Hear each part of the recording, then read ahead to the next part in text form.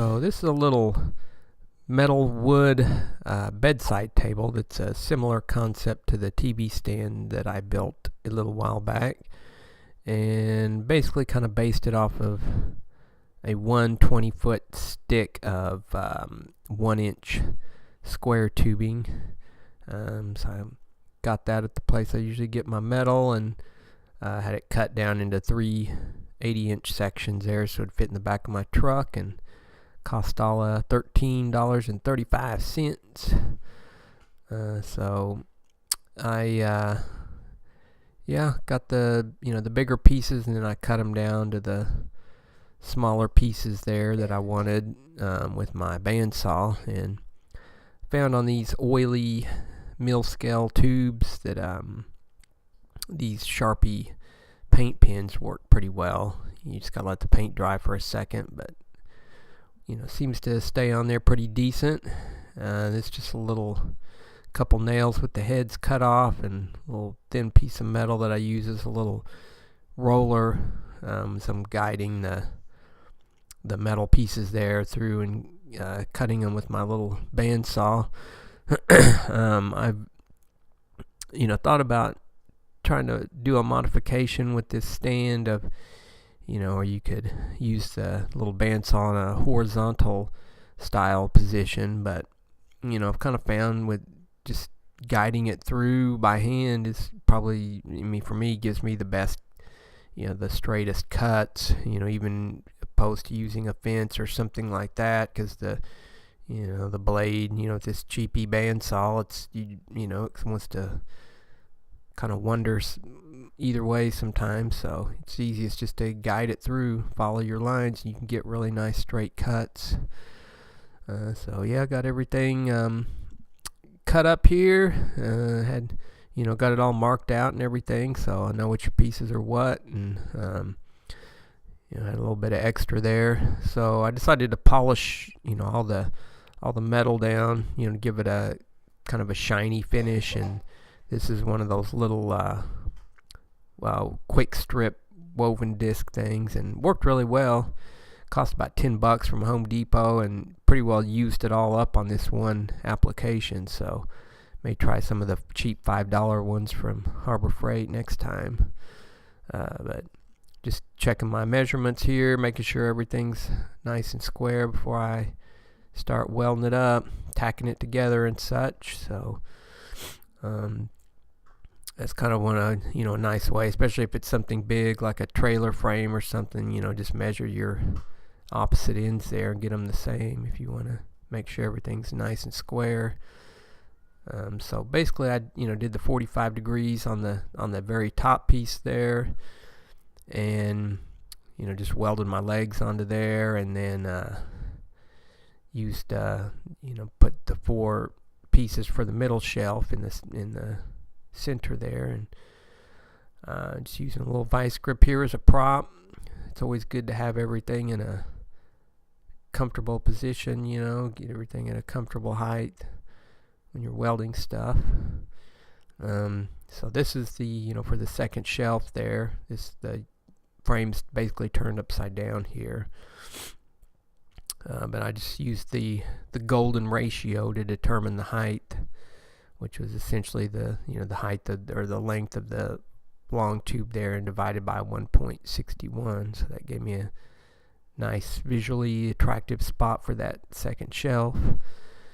And this is just some little corner pieces I used to cut off some 2-inch flat stock there, and beveled, cut a little hole, beveled it.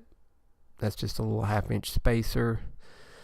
It's going to simulate the 1/2-inch plywood, and so just laid it up in there and tacked it from right here. So gave me a nice flush little mounting shelf there for the plywood. And again, it's kind of a similar concept to what I did on my TV stand there, using the 1-inch square tubing. So again, the frame's upside down here, and you can see the bottom, the top, or what would be the top shelf, I've already got those little brackets welded in.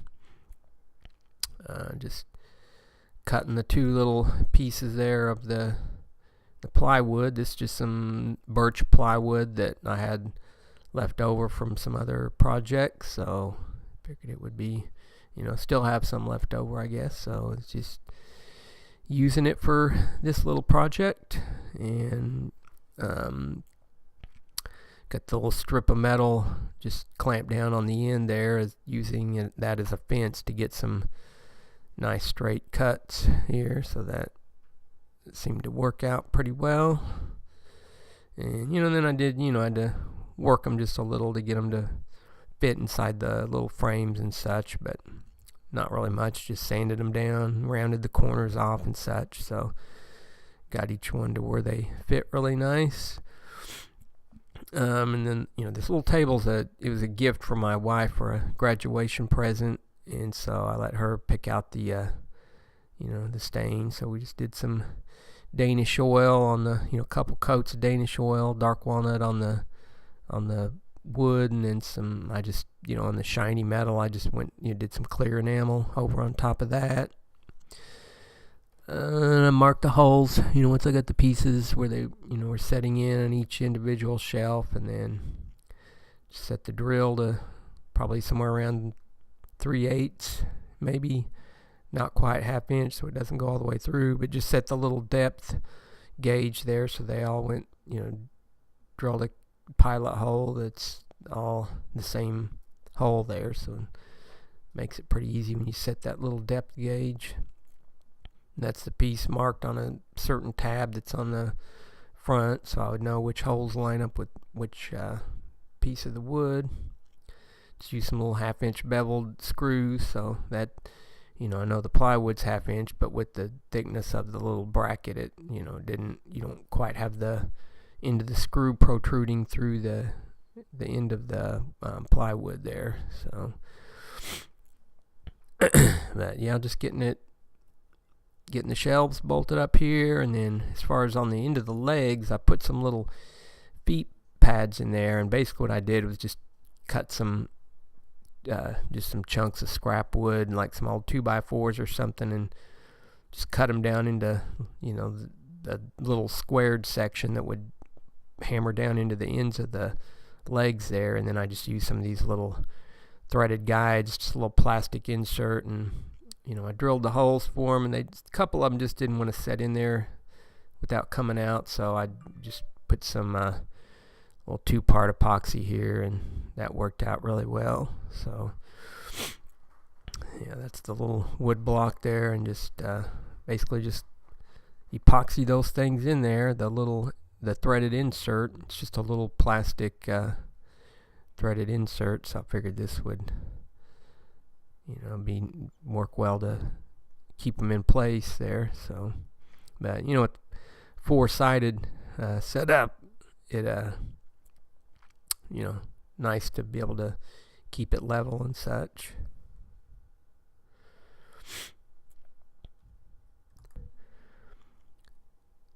So once I got these all installed, the little foot pads there, it was all basically done, good to go.